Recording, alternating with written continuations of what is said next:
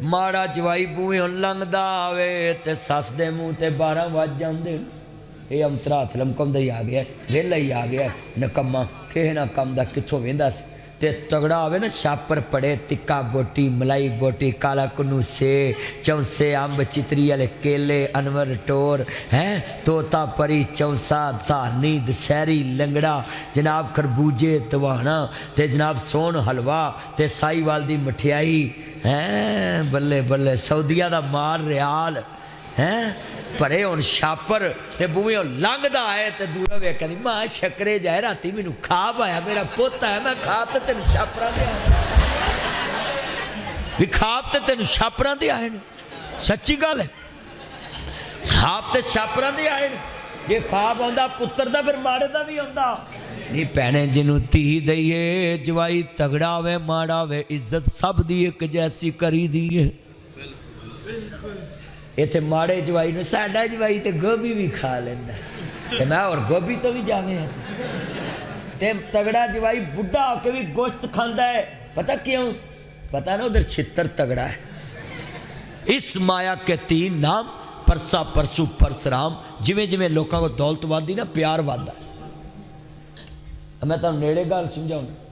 आ मुंडे खोती रेड़ी लैके जा रहे हो ना इन्हां च माड़े दी मोटरसाइकिल वजे ना तो इन्होंने अखां कढ़नियां दातरी लैके पैनी तो जे नंबरदार की थोड़ी जी गड्डी भी नाल टैच होई ना तो इन्हें उतर के आखना जनाब असी माड़े बंदे हाँ तुसीं साडे सेठ बंदे हो। क्यों भी कलमा पढ़ दसो इंज हुंदा पिया कि नहीं।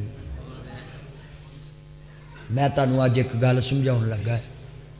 माड़े की इज्जत ये समझ के करोगे ना कि मेरे नबी ने कहा है कि कलमा पढ़दा अल्लाह की कसम इज्जत करना अल्लाह निजात का जरिया बना देगा। ते तगड़े की इज्जत इस नीयत ना करनी है कि ये पैसा दीन ते लाउंदा है। जे ए बुनियाद रखेगा तो तगड़े की इज्जत करना भी अल्लाह निजात का जरिया बना देगा।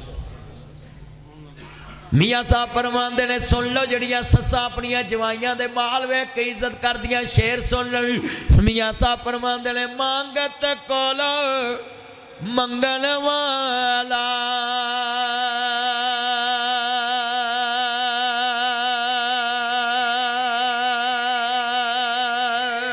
ते रवे हमेशा खाली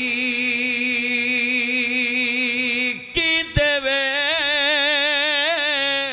हो तेनू दान मुहम्मदी ते जेड़ा होवे आप सवाली।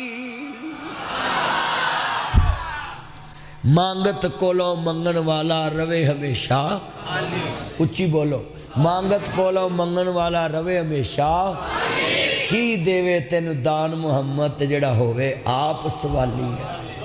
क्योंकि आ सारी दुनिया किदे कोल मंगदी अल्लाह दी कसमें ओदे कोल मंगो जेड़ा दे के मेहना नहीं जे मारदा ते दे के मेहना नहीं मारदा ते लैके भुलदा नहीं। उच्ची बोलो लैके उच्ची बोलो लैके नहीं भुलदा।